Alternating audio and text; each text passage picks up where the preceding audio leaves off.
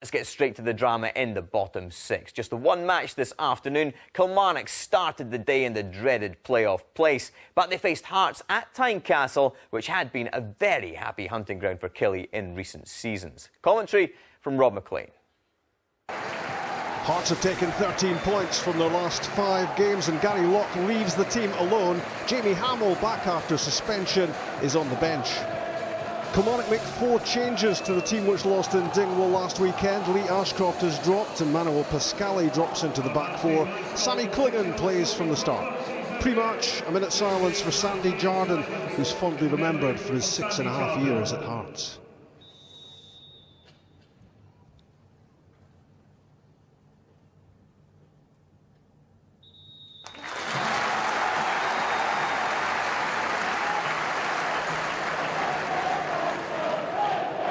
Back from King to Patterson. There's Ryan Stevenson with the turn and shot. And it's been an impressive start from the home team. They have roared out of the blocks. That's Patterson for Stevenson. And now Sam Nicholson. Still going and taken out by Rory McKenzie. The Kilmarnock winger got there as quickly as he could, which wasn't quite quickly enough. That's a free kick.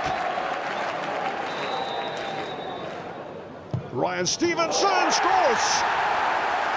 In the 11th minute, it took a deflection on its way through. I think it may have come off Chris Boyd, and it just flashed past Craig Sampson, and Hearts are ahead after 11 minutes. In from Sammy Clingan, that's Muirhead, and that's Chris Boyd with the overhead kick.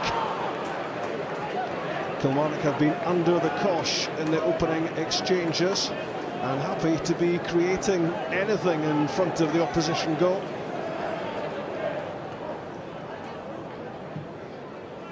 That's McCarthy, and now Nicholson.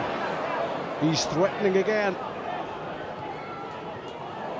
Stevenson gets a straight back from Maximenko and makes him pay for his mistake, and it's a double for Ryan Stevenson, and it's a 2-0 lead for Hearts midway through the first half.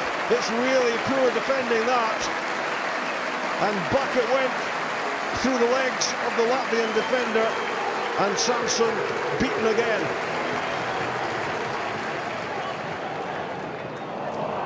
Interception by Slater, through for Boyd.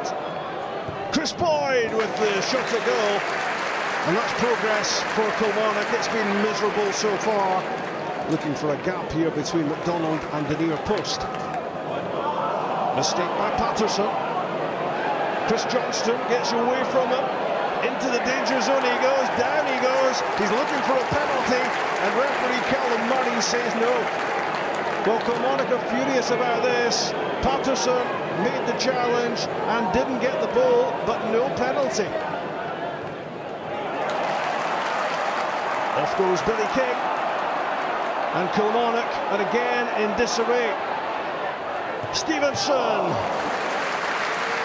he scored twice already, but he wasn't going to score this time.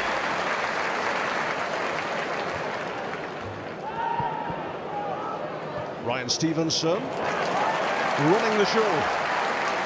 Great ball for Billy King out wide. King hits for the byline, turns it back across, and who is there but Ryan Stevenson to complete a glorious hat-trick right on half-time. Just when Kilmarnock thought things couldn't get any worse, and what a goal that is. Stevenson started the move, charged into the middle, and applied the finishing touch. 3-0.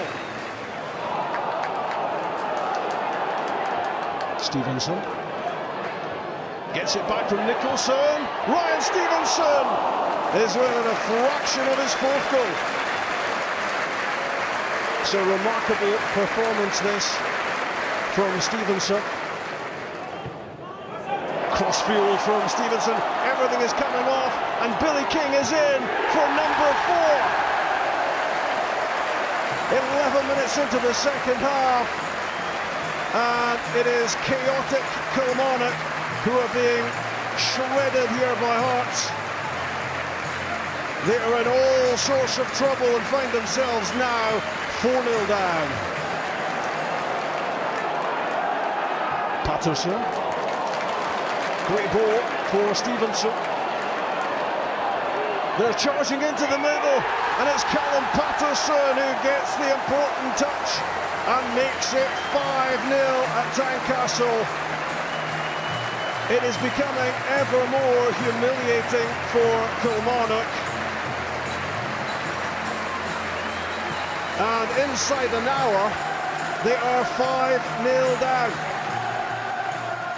Well, that was a really poor performance, probably our worst of the season. I don't think our keeper had many saves to make as well, and yet we lose 5-0. Yeah, it was a great performance. No, delighted with the way we started the game. Got on the front foot, and we passed the ball well, and got 5 goals, so I'm delighted. For me, the Hearts boys showed more desire there, and we're fighting for our lives, so that's not good enough. Well, almost unbelievably, Kilmarnock had won their previous 6 matches at Tynecastle, but thumped today by already relegated Hearts, and they are now in serious trouble. But first, credit to Hearts, Michael. You were at Tynecastle this afternoon. Ryan Stevenson with a hat-trick. How impressed were you by your former side? Oh, hugely impressed. You know, as bad as Kilmarnock were today, there was huge credit to be given to Hearts as well. That started it off with Ryan's first goal from the free kick. This is poor defending. They need to clear the lines and get on the second balls better, which they failed to do all day. But good finishes from Ryan Stevenson, and that's him that's played that ball there from deep inside his own half. Billy King attacks the fullback really well, and a wee step over, ball into the box, and who's there to finish it? Ryan Stevenson. That's the desire that Alan Johnson's talking about, and Hearts had that in abundance today. Can you put your finger on why Kilmarnock were so poor? I think, right from the off, Hearts got at them, and right from the kick-off, first ball, they turned Kilmarnock and they put them under real pressure, and they got an early goal, and it's amazing. Goals change games, and it gave them the impetus to go and keep that going, and Kilmarnock just never offered any fight at all. Pat, Kilmarnock second bottom in the Premiership now. How much pressure is manager Alan Johnston under? Well, I think everybody at the club's at pressure, but I think what you're saying for his job as much as anything else, and if you're down the bottom of the league, that's it. That's the deal. You have to accept that's part of it. But to lose in such a kind of whimpering sort of way today, when he said himself there, you're supposed to be fighting and battling and chasing everything, and to lose 5-0, apart from the massive effect that has on your goal difference, which might become seriously important. So you don't give up at any game, even if you're 2 or 3-0 down, when the league is that tight down the bottom. So big worries. But I think the biggest worry is the worry we've said all along. They're absolutely and utterly dependent on Chris Boyd. And if Chris Boyd can score the goals, may get him out of it. But he's going to have to score 6 if he's going to get him out of that. It's a tough